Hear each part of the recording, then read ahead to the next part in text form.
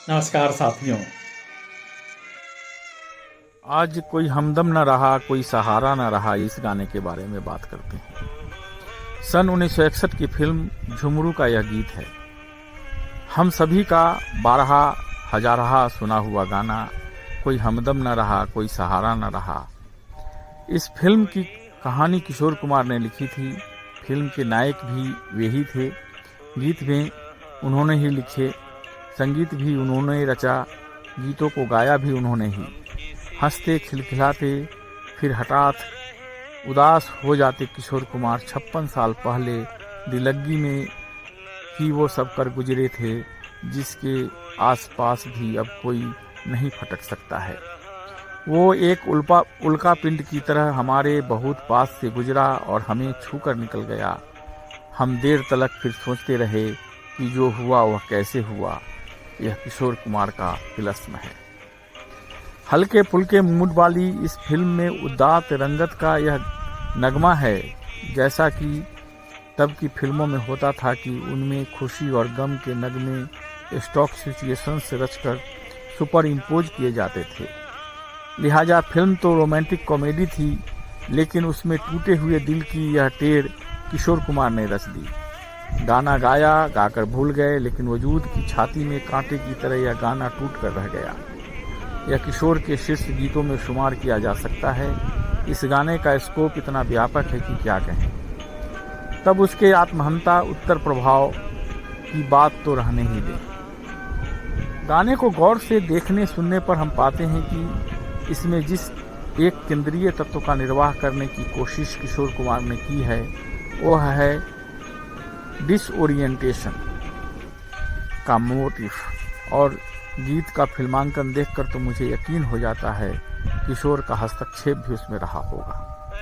Disorientation का motive यह है कि टूटे दिल का एक शख्स कोहरे के भीतर चला जा रहा है, जलती समा की तरह। इस दिशा उसको जाना है मालूम नहीं, क्यों वह जा रहा है इसका भी ख्याल नहीं। बस ये एक जगह रुकना अब मुमकिन नहीं है, और ये दिल की बेकली है जो रेत के बगुलों की तरह हवा में बहाई चली जाती है। इस मोटिव का लगभग हूबहू निर्वाह गीत के फिल्मांकन में किया गया है, जिसमें किशोर कुमार धुंध के बीच गाते हुए चले जा रहे हैं। गीत की संगीत योजना में अनुगुंजों का समावेश किया गया है, जो आपको इस बात का एहसास कराता है कि दूर दिशाओं में आप ऐसे खो गए हैं जैसे रात के अंधेरे में कहीं कोई सुई की आवाज गिरकर खो जाती है, फिर हजार ढूंढने पे नहीं मिलती, और सबसे अंत में गीत की पंक्तियों में उस डिसओरिएंटेशन के इशारे हैं, जैसे जो मुझे राह दिखाए वही तारा न रहा, या क्या बताऊं मैं कहाँ यूं ही चला जाता हूँ, या ऐ नजारों न हंसो मिल ना सकूंगा तुमसे। इस अंतिम पंक्ति से तो हमें बरबस अज्ञे की कविता भी याद आती है। मैंने आँख भर देख लिया, दिया मन को दिलासा पुनः आऊंगा। क्षितिज ने पलक सी खोली, दमक कर दामनी बोली, अरे यायावर याद रहेगा। यानी कुल जमा 3-4 मिनट के इस गीत में 3 स्तरों पर 3 भिन्न आयामों में डिसओरिएंटेशन का निर्वाह है, और फिर चौथा आयाम है किशोर की आवाज। यूं ही नहीं, भारतीय दर्शन परंपराओं के चौथे आयाम को सबसे विराट, सबसे महत्व, सबसे यशस्वी कहा गया है। तूर्य कहकर उसे पुकारा गया है। चौथा वह जिसमें प्रारंभ के तीनों का समावेश हो, और ऐसा कहकर एक गहरी काव्यात्मक व्यंजना दी गई है। लिहाजा दीप शिखा की तरह दीप्त हिम शिखरों सा धवल, चंद्रहास सा पारदर्शी, धनक सा मायावी और कुंदन सा खड़ा यह किशोर स्वर है। यह एक विलक्षण धात्विक गान संज्ञा है। कांसे की घंटियों का सानुवाद। इस स्वर में पौरुष है, कोमलता भी, विषाद है, परिहास भी, अनौपचारिकता है, अनिर्वचनीयता भी। मिसाल के तौर पर इसी गीत में सुन लीजिए यह पंक्ति, तुम मेरे हो ना सके मैं तुम्हारा न रहा, जिसमें किशोर तुम मेरे हो ना सके को कितनी रूठी हुई मासूमियत के साथ होठ दबाकर मुस्कुराते हुए एक ही पंक्ति में ये 2 चमत्कार कर देना किशोर के ही बूते की बात थी। अभी कुछ दिन पहले हेमंत कुमार के बांग्ला उच्चार के बारे में बात करते हुए कहा था कि उनका स्वर गोलाइयों से भरा है। यह बात मन्ना डे के लिए भी उतनी ही सही है, गीता दत्त के लिए भी। वस्तुतः यह बांग्ला उच्चार के मूल में है कि शब्द गुब्बारों, सरीखी, स्फीति और बर्तुलों से भरे हों, लेकिन गांगुली बंगाली होने के बावजूद किशोर के यहाँ एक सधी हुई सुस्पष्ट किंचित अनुनासिक स्वर चेष्टा है। किशोर की आवाज़ के नुकुश बहुत तराशे हुए हैं। शायद इसका कारण यह रहा होगा कि किशोर मध्य प्रदेश के खानवा में जन्मे, पले बढ़े, इंदौर में उनकी पढ़ाई हुई। इस तरह बंगाली होने के बावजूद बांग्ला उच्चार के स्वाभाविक गुणधर्मों से वे मुक्त रहे थे।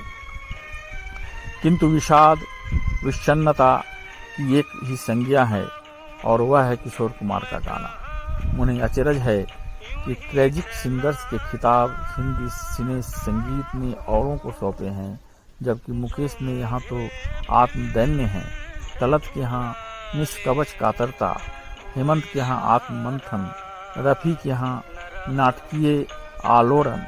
लेकिन किशोर कुमार ने जैसे दुख को गाया वैसे कोई और भी गा नहीं सका। किशोर का कंठ स्वर विषाद का विग्रह है, निर्वेद उनके भीतर रचा बसा है। सृष्टि में निहित अभाव की चेतना से किशोर का गायन आप्लावित है, और जब उनकी आवाज़ कोहरों में फैलती है तो ऐसा लगता है जैसे दुनिया फानी के ओर छोर तक, कोनों अंतरों तक रंज ही रंज है, शोक ही शोक है। बौद्ध दर्शन का जीवन दुखम है, सूफियों की सब्र हिज्र है, ख्रिस्तानियों का आत्मद्रोह है कि यह इस कायनात का सबसे हसीन, सबसे दिलकश गम है। अगर ईश्वर मुझसे पूछें कि कोई एक वरदान मांगो तो मैं यही कहूँगा कि एक बार किशोर कुमार की तरह यह गीत गाने की वक्त मिले। इस पर ईश्वर किंचित अविश्वास से कहेगा, बस इतनी सी चाह, और मैं अट्ठास करके कहूँगा, तुमने दुनिया बनाई किशोर, यह गाकर तुम्हारी इस दुनिया में व्याप हो गए हैं। दुनिया बड़ी नहीं होती, उसमें व्यापने वाला बड़ा होता है।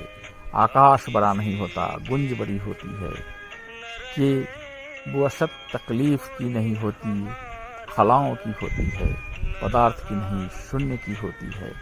जैसे वामन ने 3 डग में नापी थी सृष्टि, इन 3 मिनटों में किशोर ने नाप लिया है समूचा आकाश। और मुझे भी चाहिए वैसी ही व्याप्ति, वैसी ही स्थिति, वैसे ही बुशहत, वैसा ही फैलाव। मैं ईश्वर की बोधपूर्ण मुस्कुराहट को ध्यान से देखना चाहूँगा तब। तो दोस्तों, आज के लिए बस इतना ही।